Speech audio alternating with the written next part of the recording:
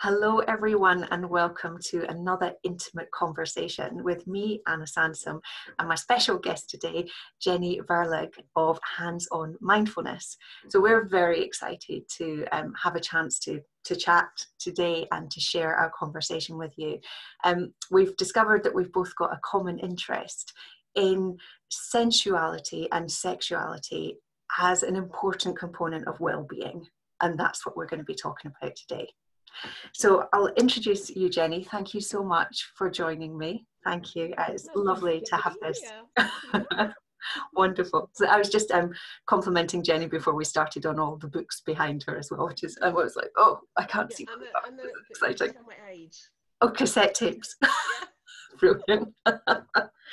But Jennie is a wonderful person who runs hands-on mindfulness workshops, using all sorts of different methods, I guess, like creative methods, to help people overcome setbacks in their life. And I love that you describe what you do as neuroscience meets art club. That really piques my curiosity. So without further ado, would you be happy to say a little bit more about yourself and how you came to do this work in the arena of well-being? Sure, of course. So I think I started off with actually, interestingly, being told I couldn't be an interior designer or an architect because I was a girl when I was very young, and being told that psychology was a good idea because I was good with people. So that was interesting. So off I went to do a degree in health psychology a long time ago. And I kind of left that and I went off and became an interior designer anyway, because I realised you could do it even if you were a girl. Worked as an architect as well. And it kind of came full circle. And I ended up actually starting a company, an internet company, which went national, about renting out beautiful places. And in a way it combined my love of interior with my love of getting people to be happy and enjoy themselves. So it was all about come, enjoy this beautiful house, this beautiful setting, bring your family, loved that business. But then my son came along and I sold it because it was a lot of work and I couldn't have two babies. And then I kind of thought, right, I'm going to do something else. And then, unfortunately, I caught a virus, which is very relevant to now. I caught a respiratory illness, which turned into chronic fatigue. And within the space of about 6 months, I went from healthy working mother to paralysed in a hospital bed. Gosh. Called Guillain-Barré syndrome. That's what I was diagnosed with. And that was obviously challenging. And even when I was termed well by the hospital, what that meant was I came home, we had to have a bed in the living room and a commode next to the bed, because I could just about crawl down the end of the bed and get onto the commode, and that was it for me. So a very difficult time, and I had a 2-year-old at that time as well, so you can imagine my husband had to stop work and care for me. Tricky. And so I've had to build my way back up from that, and it started with physiotherapy. But quickly, I identified that I needed some sort of help. I was obviously suffering quite badly from anxiety and depression at the time. But I didn't find that regular CBT sort of stuff was helping as much as I hoped. And we moved on to post-traumatic stress disorder therapy. And that just made me feel terrible, really terrible. So I've kind of searched around. And one of the most amazing things was during that time when I was still on a bed in the living room, I had regained the use of my hands, thankfully, and I have been drawing all my life. And a guy contacted me and said, could you illustrate my book? I've seen one of your pictures. Could you illustrate my book? And it gave me a purpose. And now looking back, I realise how much that kind of helped my recovery. And not only did that give me a purpose, but it kind of gave me ideas. And when I was actually well enough to stand, although not always, I joined an art club. And I feel that's where my recovery started. So I went right back full circle, looked back at my health psychology degree and thought, there's something going on here. And it's gone from there. And my whole kind of ethos is tiny steps, lots of fun, take it easy, and just take it as it comes every day. Don't kind of say, 6 months from now I should be. Because my experience is, you know, people told me 6 months from now you'll be fine, and here we are, this is actually 5 years on, and only now can I run again, for instance. So those kind of limits they confined me in a very negative way. And now I teach this kind of take it slowly, have fun. You know, there's if you take it too seriously and you worry too much, actually, within your brain, and I've, you know, this is where I've kind of taken the research since into the neurological kind of sphere. Your brain actually is going to react by sticking you on that same path. So you'll just keep walking that path of depression and negativity. And the way to shift that is to have some fun and kind of go in a different direction. So that's where we are. And it sounds like that combining creative methods with the fun and the small steps is something that would hopefully be accessible to pretty much everyone. You know, that there's ways, you know, the creative ways to engage with that, and to, I guess, look after your own well-being as best you can. Like you say, whatever setbacks life throws at you, to find those ways that work for you and for absolutely. It's wonderful.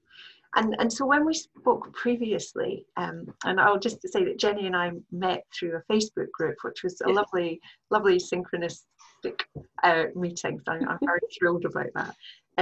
But one of the things that we both, I think, both felt quite passionate about was the way that women's sexuality in particular is presented in mainstream media, and also the absence of it in many sort of well-being approaches or programs. So we have this real contrast, this real contradiction between all this kind of like exposure of women's sexuality, but then not much space for each of us to use it for ourselves, for our own well-being. So would you like to say a bit more about what you've seen around that from your work in the world of well-being? Yeah, you know, I think people talk a lot about exercise, for instance, getting outdoors, social contact. You know, I think currently just cough. I think currently we're bombarded with advice about well-being, you know, with the virus and everything. You know, 15 ways to keep up your well-being is in every newspaper every day. And one of the easiest things we can do is self-pleasure, consider our own bodies, connect to our own bodies. We don't need to be near somebody else. We can be at home, but nobody's talking about that, and I find that really odd. And I'm aware, actually, I had a really interesting conversation with my brother, and he was talking about this in a bit, and he said there was a particular porn website, I don't know which one, that actually became free for use during COVID. So I guess some people are realizing it, but I think that the word porn has some very negative connotations and can be very uncomfortable. And I believe that well-being, within my ethos as well, of small tiny steps that work for you, that doesn't work for everybody, but there are ways that could work for everybody, and it seems a shame to be shoving it under the carpet and not talking about it. And is it something that you've already incorporated into your work, or is it something that's kind of on the periphery at the moment? It's still on the periphery, because the workshops that I do, they're more about the creative stuff, in terms of I get people to explore their senses. So, you know, we would be talking about color or smell or touch. So in that sense, I guess it's within that. But it was really something that came to me, you know, in the last few months around coronavirus and what could we be doing. And then I started looking and going, oh, that's not here. And this conversation, I think, is a way of starting what I hope will be a discussion about sexuality and sensuality within well-being, rather than, you know, just kind of going, well, you know, I'm really looking after myself. You know, I'm going to my therapist and I'm going running and, you know, I'm eating healthy. But actually, maybe deep down, I'm not kind of really connecting to myself. And I have found that in some of the people that I work with, that they can do all of those things, but actually deep down there's a slight disconnect between them and them, you know, it's just not there. And I think this could help.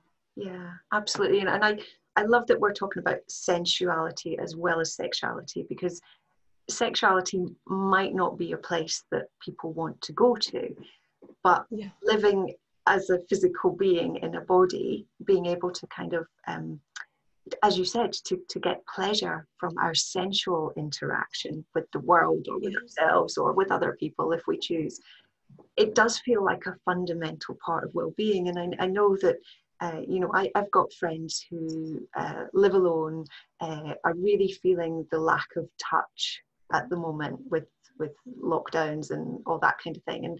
And you know, I have one friend who said, you know, I'm worried I'm going to forget how to hug. So it's even that basic, like how do we tune into what our bodies are feeling? But given that we are in this situation, that many of us are on our own at this time, and any time in life, actually, you know, it's not just living through a pandemic. But I really hear what you're saying, that if we're going to focus on our own individual well-being, it's almost like thinking about what are those different pillars that can contribute to well-being. So as you said, you know, exercise, nourishing food, fresh air, cognitive stimulation, but then what about the physical bodily pleasure? And I find that pleasure is almost comes as its own taboo, when particularly for women, it's like, you want to prioritize your own pleasure, you know? But there's all these things you have to do and take care of and be, and it's certainly something I've been thinking about of late. Like, how do we, it's almost like feeling like we need to justify the importance, the fundamental importance of our own pleasure.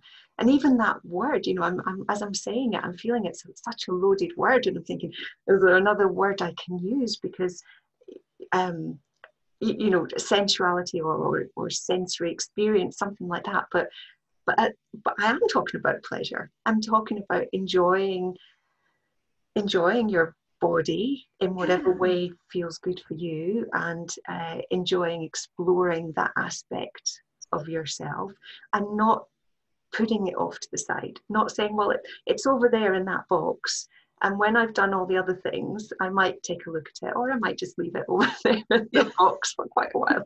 This box has got a great big red shame written across it. You know, I can't open that because it's covered in these words. So I think that is a really big part of it.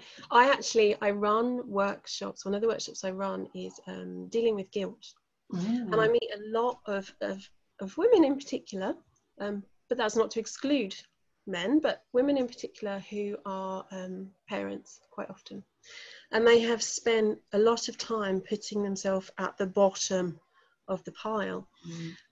And I think to myself two things there, you know, I kind of try and explain that actually if you nourish yourself, you will be nourishing the people that you want to look after. If you become deflated, then that does reflect on how you interact with them, and ultimately how you're modelling behaviour for other people. But also, if they're feeling guilt about maybe taking a 10-minute bath, you know, where are we, you know, where are we going to go from there? But in that sense, self-pleasuring and masturbation, they are things that you can do quite quickly. And, you know, it's another one of these, because I say to people, meditate on the loo. You know, if you're really, really stressed, you've got no time at all, when you go to the loo, you know, there are apps out there, or I actually supply some meditations. They're right for people that are 2 minutes long. And you can just do them, just bring yourself down, bring all those neurochemicals back into balance a little bit, and then meet the world a better you, you know, in 2 minutes as you leave the toilet. You know, and I think that's really important. And I really feel that kind of self-exploration is another tool which is so simple. It's free. We can do it very quickly if we want to. We can do it in the privacy of our own homes, or quite frankly in the back of a car. You know, it's you know, It's an easy thing to do. Yeah. And yet we are so scared of it. Many of them. Yeah. And I guess, you know, from a justifying it standpoint, like if somebody was saying to you, well, I hear what you're saying, like I hear that this you know, pleasure is important and all that, but you know, what's it really going to do for me? Like how does it contribute to my well-being? Would you have an answer for that? I would. You know, it's really interesting. I've done a lot of, you know, I always say with science, you always have to go with current science, because science moves all the time, and one person will say one thing and one person will disagree, and then we all have to have a big conversation again. But one of the things that really struck me around all the reading that I've done around this has got nothing to do, in a way, with any kind of sex or sensuality or anything. It was somebody had put, and I've written it down somewhere so that low dopamine levels often correspond with migraine symptoms.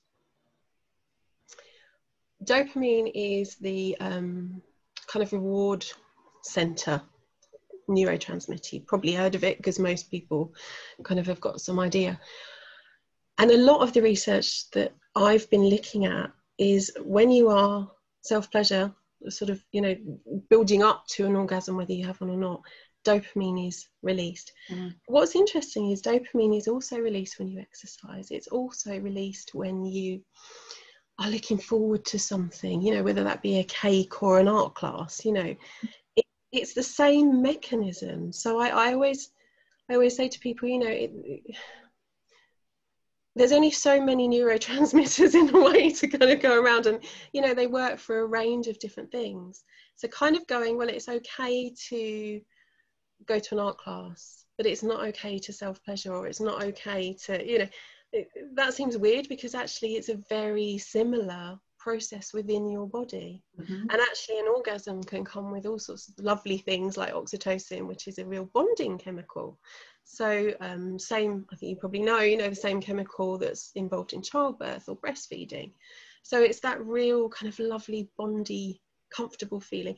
Endorphins make you feel great. And actually there's a lady, if you know, if anybody is really interested, there's a lady called Nan Wise, which is a brilliant name, I think, for somebody that talks about particularly female masturbation and orgasm. And she has done so much research, and one of her papers sort of talked about serotonin, which again, we all know, you know, everybody's heard of serotonin, the happy chemical. So all of those things are happening, you know, and I just think, why would you shut yourself off from that little bit? Unless you know, there are people who, around my reading as well, like, you know, I did come across people who, obviously for various reasons, don't find it pleasurable. But that's the point. If you don't, then don't. And if you do, then don't feel ashamed to. And I think that's where I am with it. I really like that. I love the analogy of like going to an art class or spending time self-pleasuring, because there is something really important about, I think, having these moments of pleasure within our life in a whole range of ways. Yeah. And so it could be eating something delicious. It could be, you know, either singing or doing art, or it could be kicking leaves in the park or something like that. And often we think of, I'm just thinking, you know, because you talked about parents, and often we would allow, and this isn't appropriate for the self-pleasuring bit, but, you know, we would allow our children to play and have fun. And then we become adults and we kind of put play and fun to one side. And I often think that like self-pleasuring is a grown-up's version of playing, of playtime. Whether that's on your own or whether you're having sexual interaction with another person. But as you say, you know, there are chemical reasons why it really helps keep us well. And when you think about the oxytocin and the dopamine and the endorphins and all those kind of things, you know, if we're not creating those circumstances in our neurochemical system, it feels like we're kind of flatlining a bit. I mean, that's just my perspective. I'm not a neuroscientist, but it's kind of like, where do you get the you know, the I'm doing this because I'm seeing it as like, you know, like different gradations or different highs and lows in life. It just feels like we would exist on quite a flat level, or possibly dip down too far. Mm-hmm. And that's danger, isn't it? That we don't even manage to stay on an even balance, but that we dip down.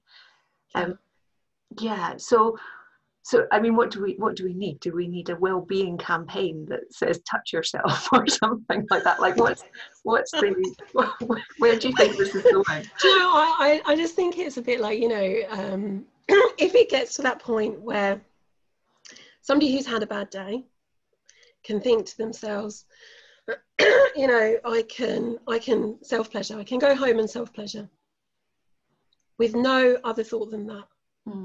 In the same way they might say, I'm going to go home and I'm going to go for a run, or I'm going to go home and I'm going to talk this through with my partner. I think when it's on that level of no shame, then I think we are where we are. And I think that does require conversations like you and I. You know, we were talking before about the fact that I'm actually quite a private person. So if we started talking about my intimate life with myself and my husband, I don't want to talk about that with other people, because that's mine, and part of the pleasure for me is that intimacy, and that, you know, that it's mine. But I think if people like you and I can talk generally, sorry, part of my body is that it's quite asthma-y. If you and I can talk quite generally about, you know, the fact that pleasure is pleasure where you find it. And actually we do need a balance. So if you've had a tough day, you need to find something that makes you happy to bring us back to a level, is super important. And why shouldn't that be getting to know your own body? Why shouldn't it be bringing yourself pleasure? Because that seems like a really fundamental right to me, rather than something that we should be embarrassed or ashamed about. I agree. I will actually agree. And I think also as you're speaking, I'm kind of thinking, as you said previously, like for some people the body isn't a site of pleasure. There might be all kinds of reasons why going there just doesn't feel right, and even sensual touch might not feel good for them. But I'm wondering, like, are there other creative ways that we can tap into this aspect of ourselves? So it's not just like a physical, my body touch, physical sensation, but there might be other ways that we can enjoy. Like I talk about energy quite a lot, like on working on an energetic body level. So is there a way that we can, and this maybe it'd be interesting how this meets science, like, you know, energy meets science, spiritual energy meets science, but, you know, is there a way that we can move that energy and still get the neurochemical benefits from it, but in a hands-off way? So I kind of joked earlier, like, do we need a campaign that says touch yourself? But maybe it's actually about get in touch with yourself.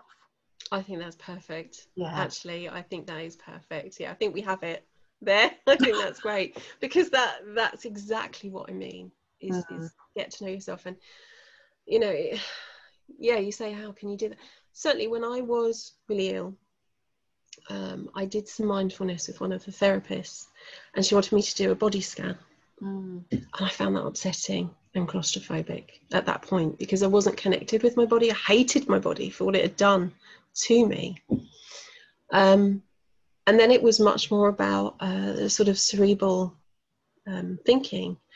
So that was where, in a way, the art came in for me, because it was a way of coming out, expressing myself. But there's a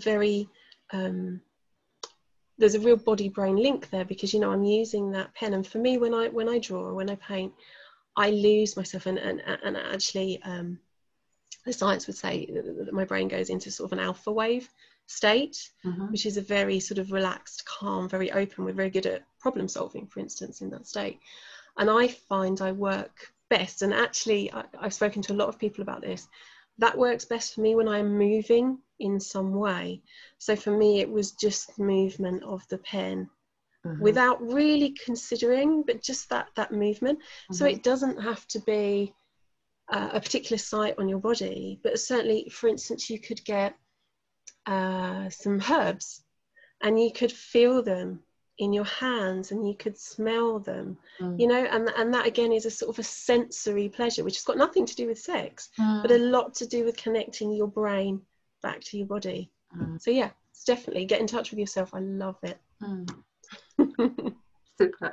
And I love the idea that there are different ways in for different people, depending, because I'm when Jennie and I first met, I said, oh, you can paint, you can draw. I'm so jealous because it's not one of my skill sets, but I love words, like I love writing and I love music and I can create in those ways. And so even just between the two of us, there are very different approaches into our creativity. Let alone when we start adding sort of sexuality into the mix as well.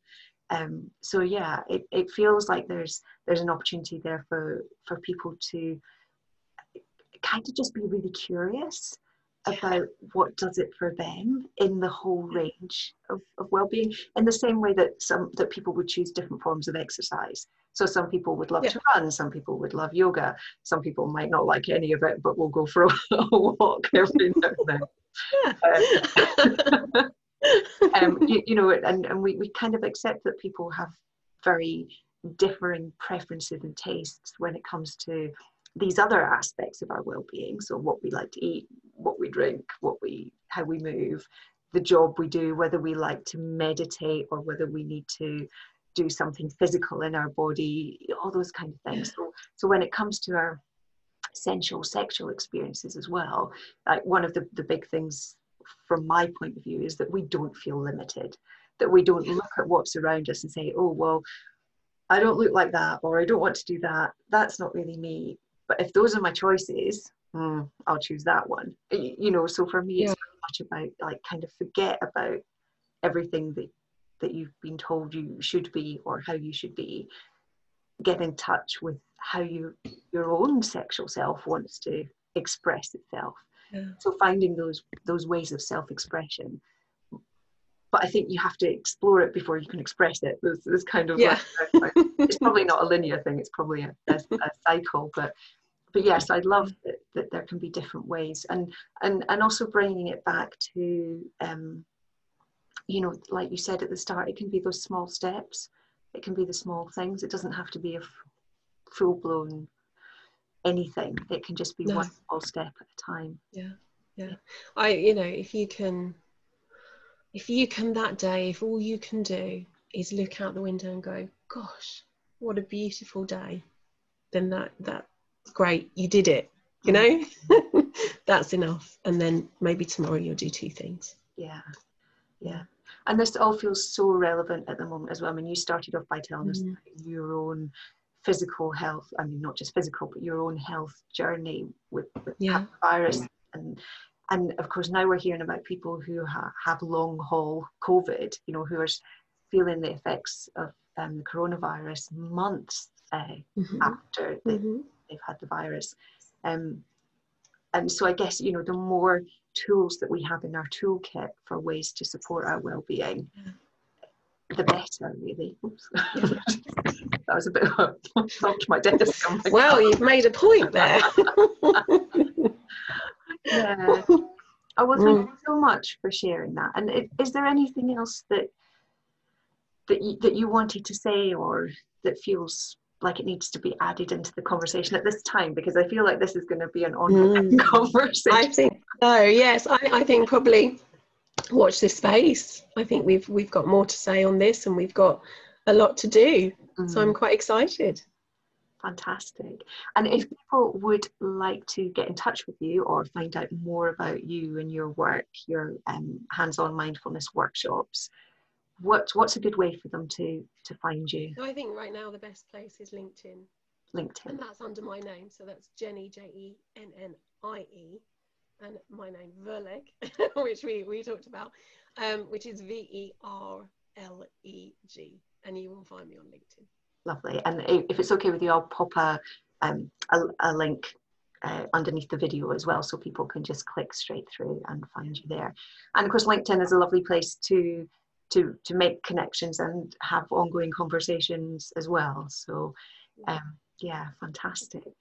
Thank you so much, Jennie. It's an absolute pleasure to talk with you, and for me to learn a bit more about the science, the science of all this, and how it meets art. Is you know, isn't that just like the perfect combination? Yeah. So thank you so much for your time today. Oh, it's been a pleasure. Thank you. Lovely. Yeah, and I look forward to speaking to you again soon, and I'm sure other people will be keen to get in touch as well. Excellent. Thanks very much then. Bye. Thank you. Bye.